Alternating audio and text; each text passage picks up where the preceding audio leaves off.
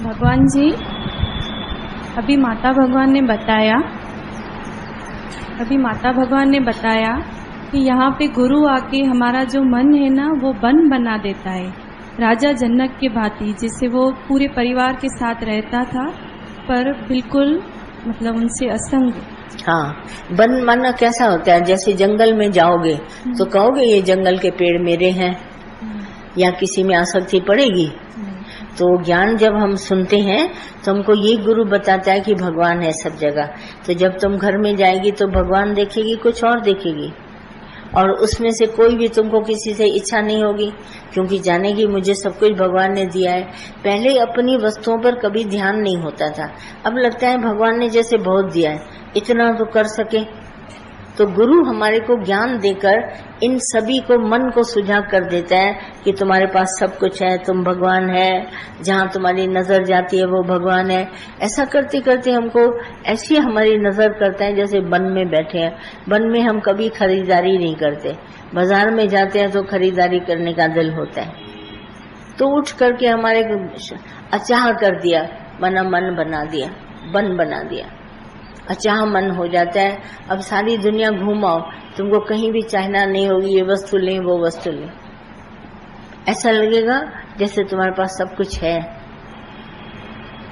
अचाह मन बना देना, यही वन बनाना है।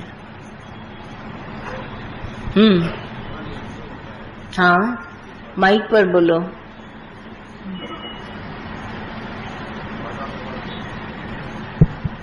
बताया कि क्या मांगू कुछ स्थिर नहीं है। हाँ, सच में ये अनुभव होता है कि अभी क्या मांगे भगवान, तुमने सब कुछ दे दिया है, अंदर का आत्म खजाना। हाँ, तो बाकी बाहर की चीजों में क्या रखा है? क्या रखा है? एक स्थिरता आ गई है मन को रहने की। होता है ये ज्ञान सुनते सुनते, जैसे ज्ञान का आंख खुल गई, पूरी तरह से आंख खुल गई। अब जगत दिखाई भी दे रहा है, लोग भी दिखाई दे रहे हैं, खरीद रहे हैं, पैसा कमा रहे हैं, सब कुछ, पर अपना मन अचाह हो गया। ये है वन। हम बैठे हैं संसार में, पर किसी वस्तु से हमारे को ध्यान नहीं है, इच्छा नहीं है खरीदने की, घर में रखने की। क्यों? क्योंकि ज्ञान पूरी तरह से भीतर आ गया, प्रवेश किया है ज्ञान ने। ज्ञान का प्रवेश करना माना अज्ञान, अहमता, जिसमें आवश्यकताएं होती थी वो बाहर निकल गया। ये ऐसा हो गया। तो उसी आवश्यकता के अनुसार हम देखते हैं संसार में अब चाहिए कुछ नहीं। पहले सारा दिन ये ज्ञान नहीं था तो चाहना की एक बीमारी थी, मच वांट्स मोर, और चाहिए और चाहिए, एक हवस थी अंदर में। अब वो हवस खत्म हो गई है, वो इच्छाएं खत्म हो गई हैं ज्ञान के द्वारा। अब बिल्कुल हम संयोग की अपना जीवन चलाते हैं, एक सुंदर भूमिका में जीवन बिता रहे हैं। भाई मुझे नहीं चाहिए, हाँ आवश्यकता है तो आप ले सकते हो, कोई ऐसी मना नहीं, पर चाहिए ही नहीं। आवश्यकताएं सारी खत्म हो गई, लोभ सारा खत्म हो गया, इच्छा खत्म हो गई। अब क्या करना है? बस तब तो चलना है चुप करके, और तो कोई ऐसी बात ही नहीं। मैं देखती हूँ छोटे बच्चे स्कूल जाते हैं तो इतना बड़ा बैग लेते हैं, बढ़ता जाता है, बैग में सब चीज चाहिए। और जब हम बड़े हो जाते हैं, पढ़ते पढ़ते पढ़ते फिर क्या लेते हैं? एक कलम साथ में, और कुछ नहीं चाहिए। तो ऐसे ही ज्ञान में आप बढ़ते जाओ, अब आपको इन वस्तुओं की आवश्यकता ही नहीं है।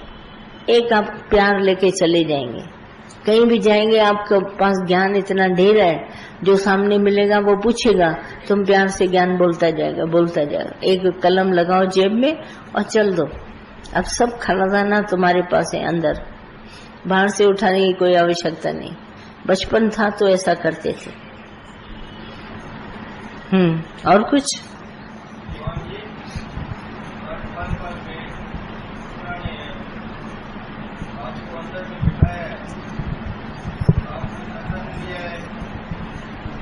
शाम को बस ब्रह्म ज्ञान दिया है, और उसके बाद ये सात संग दिया है, भरपूर कर दिया है। हाँ, दिल शांत, चित्त प्रसन्न कर दिया है, आनंद दिया है। आपके इतने शुक्राने हैं, जितने गाय उतने कम है। तो गाते चलोगे तो अच्छा रहेगा। चलते चलो, गाते चलो, और ये ज्ञान बांटते चलो सबको, तो पूरा जीवन अच्छा हो जाएगा, खुशहाली। नहीं, ये आपकी रहमत है भाई भगवान। हाँ, बराबर।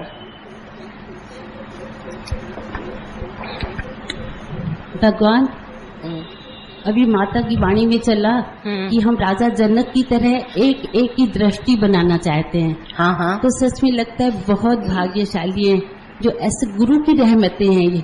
हाँ। आज जैसे आँख खुलती है भगवान, ये शरीर परमात्मा तुमने धारण किया है। हाँ। सुबह से रात तक ऐसा जीवन सरल और सहज बना दिया है। नहीं तो पहले कितनी बात पे दुखी होना, आज इतना लगता है कि भाग्यशाली हमारे जैसा कोई नहीं है। ज्ञान आ गया ना। जी भगवान। राजा जनक में ऐसी कौन सी बात थी जिसको सारा राजा जनक कहते थे गद्दी पर? राजा जनक में कोई तो ऐसी खूबी हुआ करेगी ना जो हमारे गुरु भी मिसाल राजा जनक का देते हैं। क्या उसमें खूबी थी? वो भी बैठा था राज्य में, सब कुछ संभालता था, पर उसमें कौन सी ऐसी खूबी थी राजा जनक में जो आज दिन तक राजा जनक का नाम लिया जाता है? क्या बात थी गृहस्थ में? गृहस्थ में ऐसी कौन सी खूबी की बात होती है जिसमें सारी दुनिया बड़ा उसका नाम लेती है? अरे वाह, जैसे हम लोग कहते थे वो माता मदलसा का राज्य, भाई बिल्कुल मोह नहीं, अंतर ध्यान, बिल्कुल ज्ञान, ब्रह्माकार वृत्ति में स्थित। ऐसे ही राजा जनक में क्या था? हाँ, अकर्ता बा नहीं, और कुछ अच्छी तरह बताओ, क्या उसमें ऐसी एक खूबी थी जो राजा जनक का नाम सब जगह था? हाँ,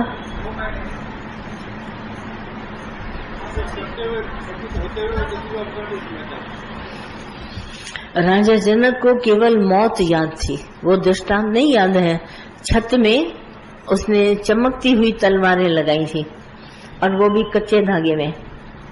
और सब जितने वहां राजा जनक के राज्य में लोग कहते थे राजा जनक अपने को बड़ा ज्ञानी कहता है, और सारे तो लग्जरी लाइफ में बैठा है, माल पानी खाता है और कहता है मैं बड़ा ज्ञानी हूँ।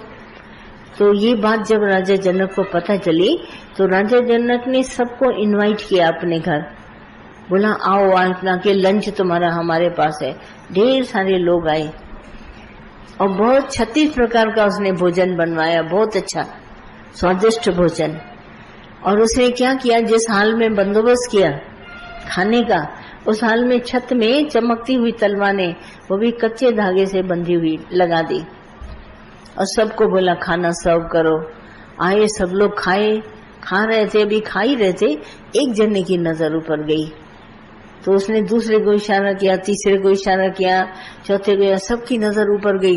दौड़ दौड़ के खाना खा के सब भाग के निकल गए हाल से बाहर। तो राजा जनक ने उनसे पूछा कि तुम्हारे को 36 प्रकार का भोजन अच्छा लगा? बोला अच्छा क्या लगता, एक तो खाने पर बुलाया, ऊपर से तलवारें चमकती हुई लगा दी, अब खाना कौन खाए? क्या करा तुमने? तो राजा जनक की निंदा करने लगे। उसने कहा यही मेरे साथ है, मैं बैठा भले राज्य में हूँ, सब कुछ है मेरे पास, पर कच्चे धागे से तलवार टंगी हुई है, मुझे अपनी मौत याद है। तो जिसको मौत याद आई तुमने खाने का मजा लिया? बोला नहीं। बोला ठीक उसी तरह मैं भी मौत याद करके बैठा हूँ, मैं ये पदार्थों का मजा नहीं लेता। तुम राजा जनक से भेंट करता है ना, ये है राजा जनक, मौत याद है, तभी राजा जनक, तभी माता अक्सर इसका नाम हम सबको बोलते थे। ग्रस्त में बैठे हैं, अगर आपको मौत याद है तब आप किसी में भी आसक्त नहीं होंगे। ये राजा जनक की खूबी है, सब कुछ खाते पीते सदा ही मौत याद है, कभी भी पैगाम आ सकता है। वो हाथ से छोड़कर एकदम उसके साथ चल देगा, यमराज हमारे लिए नहीं रुकेगा, नहीं। वो तो हमारी बात है ना दादा की, पर जो प्रश्न इसने पूछा उसके अकॉर्डिंग मैंने जवाब दिया। वो पूछते राजा जनक के लिए कहते हैं कि ग्रस्त में राजा जनक बन के रहना चाहिए, तो राजा जनक में कोई तो खूबी होगी जो माता उसका ग्रस्त का मिसाल देती है, तो खूबी ये थी। हाँ, खूबी ये थी कि गृहस्थाश्रम में रह के अगर आपको राजा जनक बनना है तो आप अगर मौत को सदैव ध्यान में रखेंगे तो क्या कभी जगत के पदार्थों में किसी में भी आपका कभी ध्यान जाएगा? बात ये है।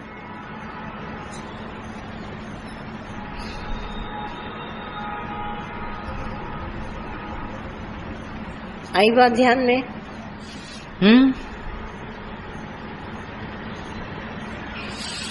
और क्या पूछते हैं? पूछ के पूरा अपना संशय भ्रम निवारण कर लीजिए, जैसे दोबारा आपको कभी भी प्रश्न न पूछना पड़े और आराम से आप बैठे जिंदगी का मजा लें। ब्रह्म ज्ञानी का जो मजा होता है ना, जीने का मजा, वो मौज तुम्हारे पास हो, कोई प्रश्न न हो।